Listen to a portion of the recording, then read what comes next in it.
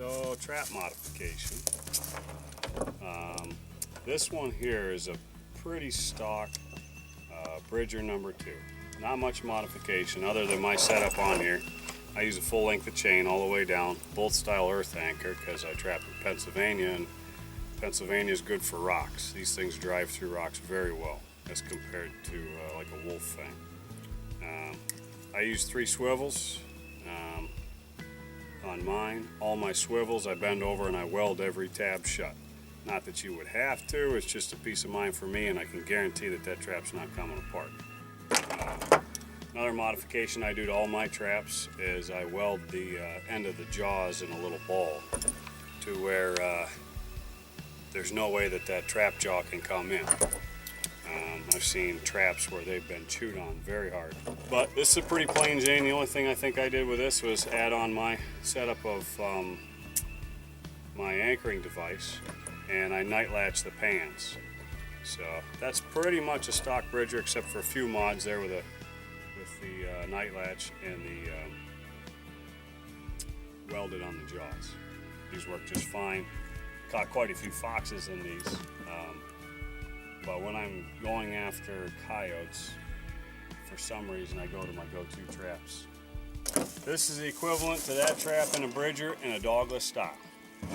Same exact setup for me, but this trap's just a little bit different in pan design. Other than that, virtually the same trap, same dimensions. Welded the jaws on it.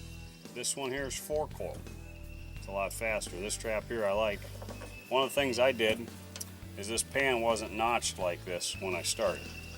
When the pan would come down, it would actually hit the levers and not allow this pan to fall all the way down. That pan can go all the way down with the levers closed. And I like the trap better that it can do that. This one here is also night latched. I file the night latch way down, so there's very, very little nub there, and I'll show you the reason for it. But I'm gonna set this trap.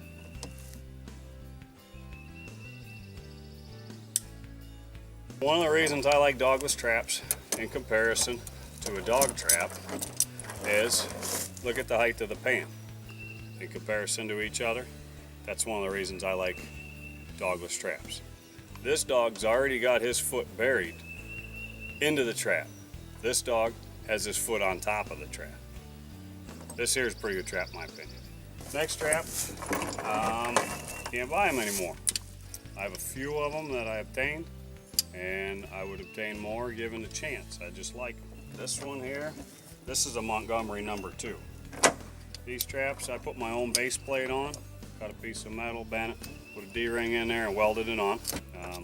This one here, I put number 3 music wire springs on, make it a little bit faster because I can't buy these pins that'll fit this trap anymore. So I don't have a long enough pin out here to 4 coil it, so I put a heavier spring on the inside. One of the reasons I like this trap, I'll show you, is because I use this finger to set it. When I squeeze that jaw down, I push up with this finger. That pushes the lever, or pushes the pan up. Now the trap's set. They're pretty close to the same, but this would sit just a little bit deeper. That drives the animal's foot into the trap deeper every time.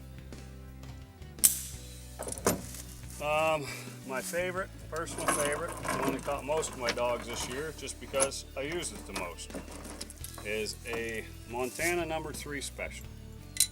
I bought most of these pre-made up. They were used from a guy, got a good deal on them, but they came 4 coiled. The only thing I did was weld them, weld the jaws, and they were laminated, and put my own anchoring system on them. But this is a similar pan than the Montgomery. Very small nub. These traps seem to not freeze down as much. Pennsylvania, we get a lot of freezing ground. They seem to do very well with the 4 coils and maybe a little bit less metal than the Bridgers. But there again, this one here, I file all of the holding devices on the dog, or the pans off, almost off, to where there's virtually no pan travel. As soon as it goes closed, as soon as it moves, it goes closed. So, but there's little information on trap modifications.